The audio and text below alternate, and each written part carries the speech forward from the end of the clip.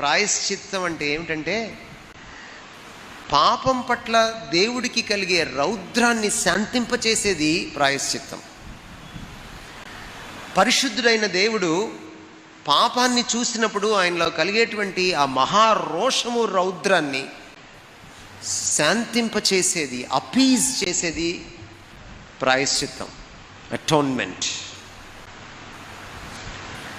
దేవుని కోపాన్ని నిమ్మళపరిచేది, ఆయన నీతిని, ఆయన పరిశుద్ధతను తృప్తిపరిచేది. మన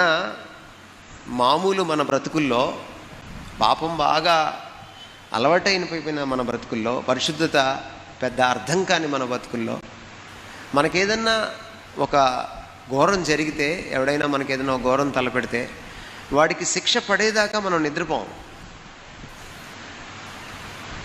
వాడికి శిక్ష వేసే శక్తి మన దగ్గర లేకపోయినా, ఏ 10 ఏళ్లకు 20 ఏళ్లకు వాడికి కోర్టులో శిక్ష పడితే మనం శాంతిస్తాం, తృప్తి పడతాం. అబ్బా, ఇప్పటికి న్యాయం గెలిచింది అనుకుంటాం.